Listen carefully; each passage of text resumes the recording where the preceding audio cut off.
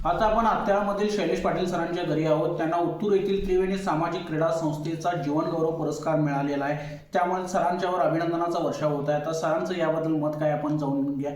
Sir, आपलं Satyavarta news कडून खूप खूप अभिनंदन. आपल्याला उत्तूर येथील संस्थेचा जीवनगौरव पुरस्कार मिळाला. सर, याबद्दल आपलं मत काय? त्रिवेणी सांस्कृतिक शैक्षणिक क्रीडा संस्था उत्तूर या संस्थेचे संस्थापक अध्यक्ष प्राध्यापक श्रीकांत नाईक सर आणि त्यांच्या सहकार्याने मला हा पुरस्कार प्रदान केल्याबद्दल मी प्रथमतः या संस्थेच्या सर्व पदाधिकाऱ्यांचं मनपूर्वक कृतज्ञता व्यक्त करतो. माझ्यासाठी खूप महत्त्वाचा आहे, कारण हा पुरस्कार शैक्षणिक, सामाजिक आणि राजकीय स्वरूपाच्या कामाच्या बद्दल त्यांनी दिला गेला असावा असा माझा अंदाज आहे. मी 1973ला शिवराज महाविद्यालयामध्ये जॉईन झालो.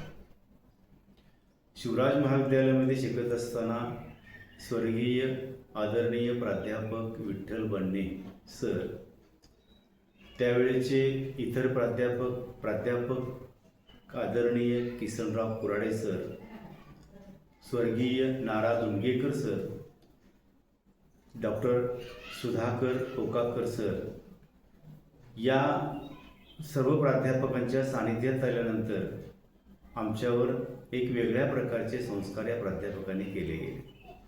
शिवराजमध्ये शिकत असतानाच 1974मध्ये लगेच FYला मी असताना सुट्टीमध्ये प्राध्यापक बन्ने सरांनी आम्हाला बोलवून घेतलं आणि त्याने साधारणपणे गडिंग्लज, आजरा आणि चंदगड या 3 तालुक्यातील देवदासींचा सर्वे करण्याचा निर्णय ठरला आणि सर्वे करून परिषद घ्यायची ठरली. साधारणपणे गडिंग्लज तालुक्यातल्या उत्तूर विभागातील चिमणे, आरळगुंडी, शिपूर, जखेवाडी, कडगाव, करंबळी या भागामध्ये असणाऱ्या देवदासींचा सर्वे करण्यासाठी या भागातले विद्यार्थी म्हणून आम्हाला त्यांनी ती काम सोपवून दिलं. हे काम आम्ही कोणत्या पद्धतीने करतो याचं पूर्णपणे मार्गदर्शन हे आदरणीय शंकरराव रणदिवे गुरुजी करत होते. बॅरिस्टर नाथ पैचे आमच्याबरोबर त्यावेळेला हा सर्वे करण्यासाठी गडिंग्लजमधील प्रकाश शिंदे, त्यानंतर करंबळीतील शाहू गवस, त्यानंतर प्राध्यापक विमा सुरंगे, या प्रकार शिवाजी विद्यालयातील काही शिक्षक, विशेषतः राम पाटील आणि बाबूराव पाटील आणि काही शिक्षक आमच्याबरोबर होते. साधारणपणे हे मेमध्ये सर्वे केला. त्याच्यामध्ये गडिंग्लज तालुक्यामध्ये साधारण 400वर महिलांची संख्या मिळाली.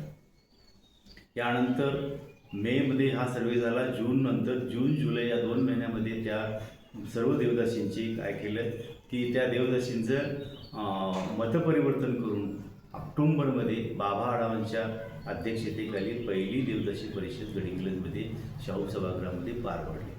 याच्यानंतर ती एक चळवळ उभी झाली आणि मग पुरोगामी विचाराची न कळत आमची नाळ जोडली गेली. याच पद्धतीनं मग पुढं श्रीपतराव शिंदे, आदरणीय श्रीपतराव शिंदे साहेब, त्यानंतर त्यावेळेचे जनार्दन दादा पेडणेकर, त्यानंतर दत्ताजीराव बर्गे, शिवाजीराव खणगावे, मेंडुले, त्यानंतर शंकरराव मेंडुले, त्यानंतर भीमराव नेवडे, हे अशा प्रकारची जी सगळी मंडळी होती या सगळ्या नगरपालिकेशी निगडीत असणाऱ्या नगरसेवकाशी संबंध येत गेला आणि न कळतच मी पुरोगामी विचाराकडे ओढला गेलो आणि इथूनच माझ्या राजकीय आणि सामाजिक कार्याला सुरुवात झाली. सर, तसं बघायला गेलं तर गडिंग्लज तालुक्यात विविध चळवळी झाल्या. आपण विविध चळवळीत सहभागी होता. या चळवळीशी आपण जोडल्या कसे काय जोडल्या गेला? नाही, विशेषतः काय होतं, शिवराज महाविद्यालयाची एक वेगळ्या प्रकारची प्रतिमा होती. त्यावेळेचे जे प्राध्यापक होते ते सकाळी महाविद्यालयाचं आपलं काम करायचं अध्यापनाचं आणि दुपारच्या वेळेमध्ये विद्यार्थ्याशी ते खूप कनेक्टेड असायचे. म्हणजे एक कौटुंबिकाच्या स्वरूपाचं नातं तयार होते विद्यार्थी आणि प्राध्यापक. हे प्राध्यापक इतर दिवशी वेगवेगळ्या ग्रामीण भागामध्ये असणाऱ्या शाळांच्यामध्ये, विशेषतः माध्यमिक शाळांच्यामध्ये वर्षातून 1-2 वेळेला त्यांची व्याख्यानं व्हायची आणि तिथल्या विद्यार्थ्याला ते प्रबोधित करायचे. आणि त्यामुळे हे विद्यार्थी ज्यावेळेला महाविद्यालयामध्ये जायचे त्यावेळेला नकळत तिथे प्राध्यापकाची जोडले जायचं आणि घरोबा तयार व्हायचा.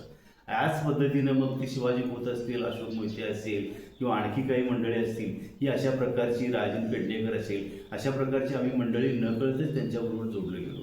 सकाळी कॉलेज करायचं, दुपारी त्यांच्याबरोबर राहायचं आणि त्यातनं मग अशा प्रकारचं एक संघटन सुरू झालं आणि मग त्यात राष्ट्रसेवा दल तयार झालं. त्यानंतर मग वेगवेगळ्या प्रकारची व्याख्यानं, वेगवेगळ्या प्रकारचं प्रबोधन, आठवड्यातनं एक दिवस साहित्यिक गप्पासाठी बसायचं, विमा सुरंगे वगैरे अशी सगळे वेगवेगळ्या साहित्यिकांची वगैरे काय व्हायची, ओळख व्हायची आणि त्याच्यामुळं एक पुरोगामी विचाराचं एक व्यासपीठ गडिंगला तयार झालं आणि ते व्यासपीठ पूर्ण वेळ सांभाळण्याचं काम बंडे सर करत होते. त्यामुळं मग देवदासीचे ही महाराष्ट्रभर अशा प्रकारची चळवळ उभी झाली. त्यांचं पुनर्वसन वगैरे पुढे ते होत गेलं. ती शिंदे साहेबांनी अतिशय कौशल्यानं तो प्रश्न हाताळला. अनेक भगिनींना त्यांच्या जीवनामध्ये सुरक्षितता प्राप्त झाली. यानंतर बंडे सरांनी गोसावी, मंगारुडी, डोंबारी अशा प्रकारची वंचित घटक होते, त्या वंचित घटकांना काय केलं, एकत्र केलं आणि त्यांचे काही प्रश्न मांडायला गेले. तर नकळत त्यांच्याबरोबर आम्ही त्याच्यात सामील होत गेलो. सर, एकीकडे तुमचं शिक्षकी पेशा, अध्यापनाचं कार्य, तर दुसरीकडे विविध चळवळीतून सहभाग आणि एकीकडे आपल्या जीवनातले अनेक चढ उतार, कसं बघताय या सगळीकडे? नाही, खरं तर त्यावेळेची परिस्थिती अशी होती की आपण खूप काही केलं पाहिजे असं काही नव्हतं. म्हणजे खरं तर आम्ही ग्रामीण भागातनं गेलेले विद्यार्थी, 18-20 दारिद्र्य उशाला घेऊन जगण्याची आमची पिढी, शेतकरी कुटुंब, सगळे कुटुंबातले घटक अज्ञानी, निरक्षर, एका दुसरा मुलगा शिकलेला आणि तोही मुलगा खूप मोठा शिकावा आणि त्यानं काहीतरी करावं अशा प्रकारचे अपेक्षित होणाऱ्या कुटुंबातले आम्ही विद्यार्थी. पण एवढं काही भारावून गेलो होतो आम्ही बंडे सर किंवा या सगळ्या मंडळींच्यामुळं की बंडे सरांची सामाजिक कामाच्यामध्ये, सामाजिक कार्यामध्ये त्यांच्याबरोबर आम्ही जोडले गेलो आणि त्याच वेळेला शिंदे साहेबांशी संपर्क आल्यामुळे शिंदे साहेबांच्या राजकीय विचाराची बांधिलकी आम्ही पत्करली आणि त्यामुळं माझ्या माहितीप्रमाणे जवळजवळ 30 वर्ष मी शिंदे साहेबांच्या बरोबर राहिलो आणि जे शिंदे साहेबांच्या बरोबर राहिले त्या सगळ्यांचं पुनर्वसन शिंदे साहेबांनी केलं. मी 1983ला अत्यावधी हायस्कूलला ज्युनियर क्लार्क म्हणून लागलो होतो. 87ला मी त्याचा राजीनामा दिला आणि पूर्ण वेळ पत्रकारिता करायला लागलो. त्याच्यानंतर याच्यात पोट भरणार नाही म्हणून शिंदे साहेबांनी मला बेडकडे घेतलं 90ला आणि बेडकडे घेऊन माझ्यासाठी हायस्कूल सुरू केलं आणि खरं तर ते हायस्कूल चालणार नाही अशा प्रकारचे काही लोकांचे विचार होते. निवडूनवाडामध्ये यांनी जी गिजोनी हायस्कूल नावाची जी शाळा, माध्यमिक शाळा सुरू केली साहेबांनी, ती चालणार नाही अशा प्रकारचे काही लोकांची मत होतं. कारण त्याच्यापूर्वी गडिंगमध्ये एका संस्थेने निवडूनमध्ये प्रयोग केला होता आणि बेंच गुंडाळून ते आले होते. पण अतिशय कौशल्याने साहेबांनी ती शाळा उभी केली आणि माझे असं 10-12 लोकांच्या कुटुंबाचं त्या ठिकाणी पुनर्वसन साहेबांनी केलं. त्याच्यामुळं राजकीयदृष्ट्या साहेबांचा आणि सामाजिकदृष्ट्या बंडे सर या दोघांच्या विचारामुळे आम्ही घडत गेलो. सर, आजपर्यंतची तुमची वाटचाल बघता काय वाटतं एकंदरीत तुमच्या या वाटचालीविषयी? नाही, आणि तसे आमच्या जीवनामध्ये जे लोक भेटले ते खूप चांगल्या विचाराचे होते.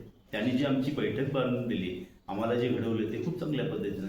त्याच्यामुळं नैतिकता आणि सामाजिक अप्रोच ठेवून आम्ही जगलो.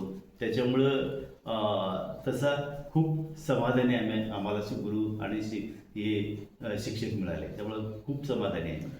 सर, आता आपण सेवानिवृत्त आहात. आपण सेवेत असताना सुद्धा अनेक चळवळीतून सहभाग होता. सध्या अनेक राजकीय चळवळी गडिंग्लज तालुक्यात असतील, महाराष्ट्रात असतील, चालू असतील. काय वाटतं या चळवळीतला फरक काय निघता सर? खरं तर पूर्वीच्या चळवळी ह्या वंचित आणि पुनर्वसनाच्या दृष्टीनं होत्या. त्या चळवळीला एक धार होती, एक नैतिकता होती आणि एक वैचारिक बैठक होती. आता एक उदाहरण मी आपल्याला सांगेन की देवदासी चळवळ ही महाराष्ट्रामध्ये वापरली गेली. पहिल्यांदा देवदासी चळवळीची परिषद झाली गडिंग्लजमध्ये, त्यावेळेला त्या परिषदेमध्ये गौराबाई सलवादींची आम्हाला पहिल्यांदा ओळख झाली. गौराबाई आम्हाला विद्यार्थ्यांना खरं तर एक चांगल्या प्रकारचे वागणूक द्यायचे. ते त्याला कोण गौराबाई म्हणत नव्हते, मावशी म्हणायचे आणि ते एक प्रकारचा गुरुभाव होता त्यांच्याकडे. खूप प्रेमळ अशा प्रकारच्या त्या होत्या. त्यांच्या ह्याच्यात नंतर पुढं या चळवळीचं चळवळ महाराष्ट्रावर आपली, या चळवळीला 2 अंग होती. एक अंग क्रियाशील स्वरूपाचं काम करणाऱ्यांची एक मंडळी होती आणि दुसरी राजन गवस, उत्तम कांबळेसारखी ही मंडळी वैचारिक बैठक त्या चळवळीला देण्याचं काम करत होती आणि त्यामुळे ही चळवळ ती महाराष्ट्रावर व्यापली. त्याच्यामुळं खूप समाधानाचं पुढे प्राप्त. सर, एकंदरीत आजच्या चळवळीविषयी काय वाटतं? आजच्या चळवळी ही तात्कालिक स्वरूपाच्या फायद्यासाठी उभ्या केलेल्या आहेत. याला पूर्ण अशा प्रकारची बैठक नाही. विशेषतः त्यावेळेच्या चळवळी कशा होत्या, शिबिरं व्हायची, बौद्धिक व्हायची. मी आता आपल्याला उदाहरणासाठी सांगतो की गप्र प्रधान, एस.एम. जोशी, नागव गोरे, मृणालताई, जॉर्ज फर्नांडिस ही जी सगळी जी वैचारिक बैठक असणारी जी मंडळी होती, ही सगळी मंडळी अत्यंत जवळून पाहण्याचं भाग्य आम्हाला आदरणीय शिंदे साहेबांच्या मिळालं. त्याच्यामुळे ही माणसं जर अशा पद्धतीचं जीवन जगत असतील तर आपण त्याही पद्धतीचं किमान 1% तरी आपण जगलं पाहिजे, अशा प्रकारचा विचार नकळतच आमच्यात रुजला गेला. आणि आज जी गडिंग्लज तालुका किंवा कोल्हापूर जिल्ह्यातल्या काही संस्थांच्या मध्ये या शिवराजच्या प्राध्यापकांनी घडवलेली जे विद्यार्थी आज त्या संस्थेच्यावर बसलेले आहेत, अशी एकही संस्था माझ्या माहितीमध्ये नाही की तिथं बसलेला शिवराजींना भ्रष्टाचार केलेला आहे किंवा ती संस्था मोडून खाल्लेली आहे. अशा प्रकारचं काही फारसं चित्र दिसत नाही. धन्यवाद.